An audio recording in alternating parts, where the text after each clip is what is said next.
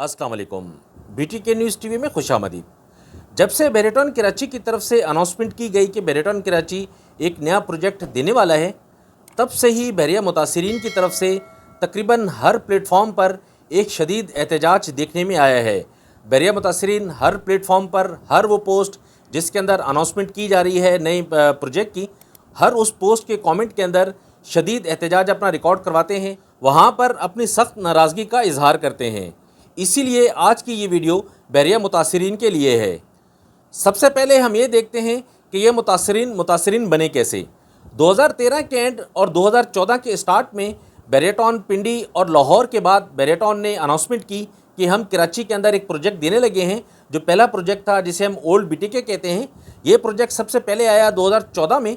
उस टाइम पर कराची की आवाम के साथ साथ पूरे पाकिस्तान के मुख्तलिफ़ शहरों से और इसके अलावा पूरी दुनिया से जो ओवरसीज़ पाकिस्तानी भाई हमारे मुख्तलिफ़ ममालिक में बैठे हुए हैं, उनकी तरफ से एक बेहतरीन किस्म का खैर मकदम किया गया। बेरेटॉन को कराची में भरपूर वेलकम किया गया। यहाँ पर हर किस्म के तबके ने भरपूर इन्वेस्टमेंट की। उसकी जो मेन वजह ये थी कि बेरेटॉन का जो नाम था वो एक ट्रस्ट था, एक एतमाद था। इस एतमाद की वजह से यहाँ पर हर तबके से हर तरह के लोगों ने अपना हिस्सा डाला।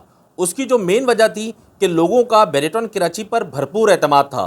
लेकिन बेरेटॉन कराची ने इस एतमाद का क्या सिला दिया, इसका क्या नतीजा दिया, उसका रिज़ल्ट आज आपके सामने है। अब सवाल ये पैदा होता है कि ये जो मुतासिरीन हैं, ये मुतासिरीन बने कैसे? क्या ये अपनी पेमेंटें टाइम पर नहीं देते रहे? क्या इन्होंने बेरेटॉन कराची की तरफ से जो रिक्वायरमेंट्स थी उनको पूरा नहीं किया, या ऐसी कोई गलती इन्होंने की कि जिसकी वजह से मुतासिर हुए? तो इसका जवाब नहीं है। ये जो लोग थे ये इन टाइम जो है वो अपनी पेमेंट्स करते रहे। इंस्टॉलमेंट की जो डेट थी उस डेट से 1-2 दिन पहले ही इन्होंने पेमेंटें की। बेरेटॉन कराची की तरफ से जो भी रिक्वायरमेंट्स इनसे की जाती रही, ये उसको टाइम पर पूरा करते रहे। लेकिन बेरेटॉन ने इनके साथ क्या किया कि जब फर्स्ट बैलेटिंग हुई तो उस फर्स्ट बैलेटिंग के अंदर भी मोस्टली लोगों को आउट कर दिया गया। मोस्टली लोगों को बैलेटिंग के अंदर नंबर अलॉट नहीं किए गए। उसके बाद जब सेकेंड बैलेटिंग हुई तो सेकंड बैलेटिंग के अंदर भी काफ़ी सारे जो लोग थे वो अनबैलेट रहे, उनको नंबर अलॉट नहीं किया गया। फिर उसके बाद तीसरी बैलेटिंग हुई। तीसरी बैलेटिंग के अंदर तमाम लोगों को बहरिया ने नंबर अलॉट कर दिए।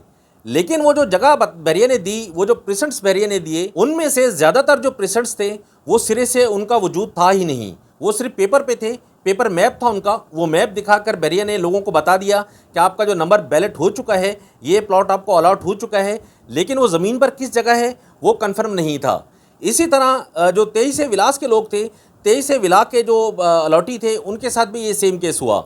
उन्होंने जो विला अपना बुक करवाया, बुकिंग के टाइम पर जो उनकी डाउन पेमेंट थी और बाकी जो पेमेंट्स थी वो अपने टाइम पर वो देते रहे। उस एंड में क्या हुआ कि जो बैलेटिंग थी, बैलेटिंग के अंदर उनको भी जो है ना वो एग्जिट कर दिया गया। वो जो अभी जो मौजूदा मुतासिरीन हैं उनके साथ भी वो तकरीबन सेम केस है कि पहले इनको प्रेसेंट 26A और प्रेसेंट 37 के दरमियान में एक फेक मैप बनाकर दिखा दिया गया कि इस जगह पर हम आपको विलास देंगे। लेकिन आज जो बहरिया 23 विलास के जो मुतासिरीन हैं वो भी बेचारे दरबदर हैं। इसी तरह हम वैली ब्लॉक को देख लें तो वैली ब्लॉक के साथ भी तकरीबन सेम केस हुआ। यहाँ पर भी जो लोगों से यकमुश्त पेमेंट्स ली गई, यहाँ पर जो इसकी टोटल पेमेंट जो बनती थी, टोटल पेमेंट वसूल कर ली गई। लेकिन वैली ब्लॉक की जो जगह थी या वैली ब्लॉक की जो ज़मीन थी वो सिरे से बहरिया के पास थी ही नहीं। उसका भी जो है वो फेक मैप बनाया गया। एक जो है वो पेपर मैप बनाकर उसकी अच्छी लोकेशन दिखाकर मेन जिना एवेन्यू के ऊपर लोगों को बेचा गया। उसके अंदर काफ़ी सारे लोग ट्रैप हुए। ट्रैप जब हुए तो आज वो भी बेचारे दरबदर हैं। आज भी वो लोग बहरिया के इंतज़ार में बैठे हुए हैं। इसके बाद बहरिया स्पोर्ट्स सिटी दिया गया।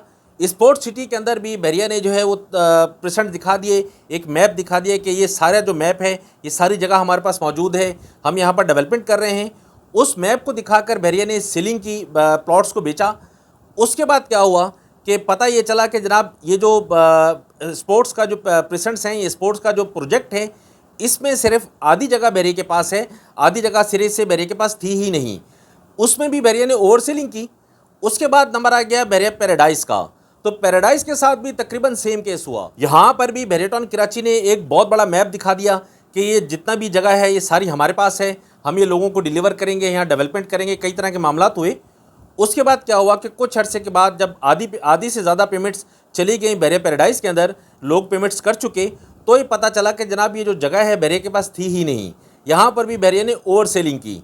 तो इस सारे मामले को जब हम देखते हैं जिसके अंदर ओल्ड BTK के जो लोग हैं या वैली ब्लॉक के जो लोग हैं, 23 से विलास के जो लोग हैं, पैराडाइज के जो लोग हैं, स्पोर्ट्स के जो लोग हैं, इन अलॉटीज़ की तरफ से जो बैरिया की तरह जो मामला थे, पेमेंट्स जो थी वो पेमेंट्स सारी की गई। इनके बैरिया की तरफ से जो रिक्वायरमेंट्स थी वो सारी पूरी की गई, लेकिन बैरिया ने इनको उसके बदले में कुछ नहीं दिया।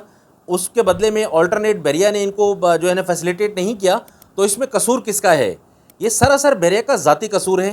ये जो मुतासरीन बनाए गए हैं, ये मुतासरीन बनाने में बैरिया का हाथ है। ये लोग खुद मुतासर नहीं बने। इन्होंने अपना जो फ़र्ज़ था वो पूरा करते रहे, टाइम पर अपनी पेमेंट्स देते रहे, जो जो रिक्वायरमेंट्स थी बैरिया की तरफ से उनको पूरी करते रहे। लेकिन एंड में जो रिज़ल्ट निकला, एंड में जो नतीजा निकला, वो नतीजा ये था कि जनाब ये बेचारे दरबदर हो गए। आज ये इनका पुरसान हाल कोई नहीं है। बैरिया के अंदर इनको किसी भी तरह का कोई रिस्पॉन्स नहीं दिया जाता। यही एक वजह है कि जिसकी वजह से बैरिया मुतासरीन अपना भरपूर एहतजाज रिकॉर्ड करवा रहे हैं। न्यू प्रोजेक्ट के हवाले से या बैरिया के किसी भी प्रोजेक्ट के हवाले से जो भी कमेंट्स किए जाते हैं या जो भी पोस्ट लगाई जाती है, किसी भी तरह की एडवर्टाइजमेंट की जाती है, तो उसमें ये जो कमेंट्स देते हैं वो उसकी जो मेन वजह मैंने आपको बताई कि ये ऐसे लोग हैं कि जो अपनी पेमेंट्स देते रहे, अपने सारे मामलात क्लियर कर चुके। उसके बाद जब इनको आप ट्रक की बत्ती के पीछे लगा देंगे, आप इनको एक आश्रय में रखेंगे, आप इनको जलील करते रहेंगे, तो अगर ये एहतजाज भी ना करें तो फिर ये क्या करें? देखिए 2014 से लेकर 2018 के दरमियान में जिन लोगों ने इन्वेस्टमेंट की, तो उस टाइम पर अपने इनका जो कैपिटल था, उस कैपिटल को अगर कंपेयर करें आज के हिसाब से, तो उस टाइम पर अगर ये गोल्ड में इन्वेस्ट करते तो आज इनकी जो अमाउंट था, जो 16 लाख रुपए लगाया गया था, वो तकरीबन 50 लाख के करीब का होता। इसी तरह अगर ये किसी प्रॉपर्टी में इन्वेस्ट करते तो प्रॉपर्टी का उस टाइम जो 125 गज का प्लॉट था, ख़ास तौर पर हम स्कीम 33 वगैरह में आ जाएं, सादी टाउन वगैरह को हम देखें, तो यहाँ पर इस टाइम जो प्लॉट था वो मिला करता था आपको तकरीबन कोई 30 से 35 लाख रुपए का। आज यहाँ पर जो प्लॉट है सर वो 90 से 1 करोड़ के दरमियान का है, 125 गज का प्लॉट। इसी तरह बिल्कुल एक थकी हुई स्कीम, उसका कंपैरिजन नहीं बनता बैरियटॉन कराची से, लेकिन मैं आपको रेट के हवाले से कंपैरिजन एक दे रहा हूँ कि शाह लतीफ़ टाउन जो है, शाह लतीफ़ टाउन को अगर हम देखें तो उस टाइम पर शाह लतीफ़ टाउन के अंदर 120 गज का जो प्लॉट था वो मिला करता था तकरीबन 3 से 4 लाख रुपए का। आज जो शाह लतीफ़ के अंदर 125 गज का 120 गज का जो प्लॉट है वो मिलता है आपको तकरीबन 30 से 35 लाख रुपए का। पीछे वाले जो सेक्टर्स हैं उनमें, जो शुरू वाले सेक्टर्स हैं, यहाँ पर ये तकरीबन 50 लाख प्लस का है। तो उस टाइम जिन लोगों ने वहाँ पर इन्वेस्टमेंट की तो 4 से 5 लाख रुपए लगाया, आज उनकी जो इन्वेस्टमेंट है वो 1000 गुना बढ़ चुकी है। इसी तरह मुख्तलिफ एरियाज़ के अंदर हम देख लें, जहाँ जहाँ उस टाइम इन्वेस्टमेंट की गई, तो कंपेरिजन अगर आज से हम करते हैं तो वहाँ से हम अंदाज़ा लगाते हैं कि 100% से लेकर 1000% तक का चेंज आया मुख्तलिफ एरियाज़ के अंदर। अब अगर हम बैरिया में देखें तो उस टाइम जिन लोगों ने बैरिया में इन्वेस्टमेंट की, आज जो लोग मुतासरीन हैं उन्होंने, उनकी जो इन्वेस्टमेंट थी, जिन लोगों ने 16 लाख रुपए लगाकर 125 गज का प्लॉट लिया, मुतासरीन होने की वजह से, इफेक्टिव होने की वजह से आज उनकी जो इन्वेस्टमेंट है वो 50% रह गई है। मतलब जिस बंदे ने उस टाइम पर 16 लाख रुपए लगाया था, उसका इस टाइम जो अमाउंट है, उसकी जो इन्वेस्टमेंट है वो 50% का मकसद है तकरीबन 8 से 9 लाख रुपए की रह चुकी है। तो इस कंपैरिजन में अगर हम देखें तो उस टाइम पर लोगों ने जो बाहर इन्वेस्टमेंट की और बैरिया में जो इन्वेस्टमेंट की गई, दोनों का रिजल्ट आपके सामने है। तो सर ऐसी जो इन्वेस्टमेंट थी, ऐसी इन्वेस्टमेंट पर ऐसे जो लोग हैं, ऐसे मुतासरीन जो हैं, वो अगर अभी भी ना रोएं, अभी भी अगर वो अपना एहतजाज ना करें, अपनी शिकायत लोगों को ना बताएं, अपना एहतजाज बैरिया को ना बताएं, तो फिर वो क्या करें? बैरिया मुतासरीन के अंदर अगर हम देखें तो यहाँ पर ज़्यादातर जो है वो दरमियाने तबके के लोग हैं।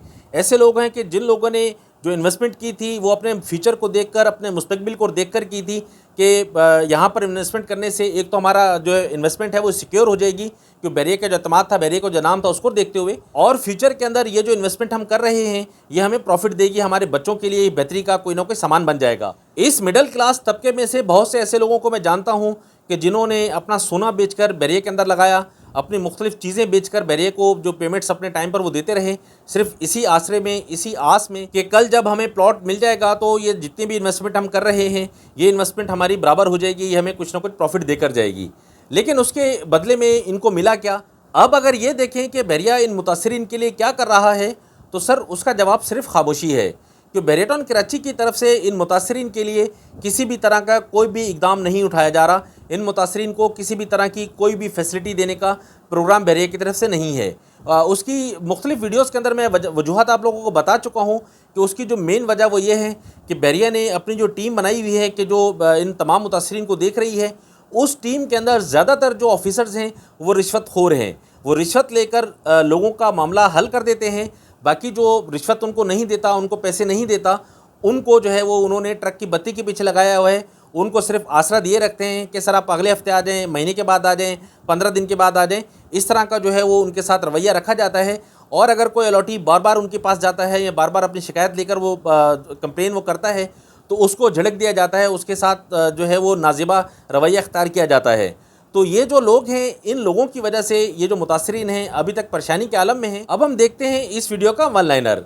देखिए, बैरियटॉन कराची की तरफ से जब तक इन मुतासरीन का कोई यकीनी हल नहीं निकलता, इन मुतासरीन के मामलात को हल नहीं किया जाता, इनकी प्रॉब्लम्स को सॉल्व नहीं किया जाता, तब तक बहरिया किसी भी प्रोजेक्ट को देता है, किसी भी तरह की न्यू डील देता है तो वो फेल होने के ज़्यादा चांसेस हैं। उसकी जो मेन वजह वो ये है कि जो नया इन्वेस्टर है, नया क्लाइंट है, नया सरमायादार है, वो इन मुतासरीन को देखकर, इन मुतासरीन के हालात को देखकर, इनकी फंसी हुई इन्वेस्टमेंट्स को देखकर वो परेशान हो जाता है कि आने वाला जो टाइम है, आज मैं अगर बहरिया पे भरोसा करके इन्वेस्टमेंट कर देता हूँ या किसी एजेंट या किसी डीलर के कहने पर मैं इन्वेस्टमेंट कर देता हूँ, तो कल अगर मेरा पैसा फंस गया या मेरी इन्वेस्टमेंट फंस गई तो उसका ज़िम्मेदार कौन होगा। मेरे ख्याल में नए प्रोजेक्ट के साथ साथ इन मुतासरीन के मामलात को भी सॉल्व किया जाना चाहिए, इन मुतासरीन के मामलात को भी हल किया जाना चाहिए, ताकि नए प्रोजेक्ट के लिए राहें आसान हो, नए प्रोजेक्ट के लिए नई इन्वेस्टमेंट आना आसान हो जाए। इसी के साथ ही अब आप मुझे इजाज़त दें, मिलते हैं इंशाल्लाह नेक्स्ट वीडियो में। नेक्स्ट वीडियो में इंशाल्लाह हम डिस्कस करेंगे कि बैरियटॉन कराची के नए प्रोजेक्ट आने की वजह से मौजूदा बैरियटॉन कराची की मार्केट पर क्या असरात मुरतब होंगे, ये नया आने वाला प्रोजेक्ट मौजूदा बहरिया को किस तरह मुतासिर कर सकता है। अपना बहुत सा ख्याल रखिएगा। फ़ी अमानिल्लाह, अल्लाह हाफ़िज़।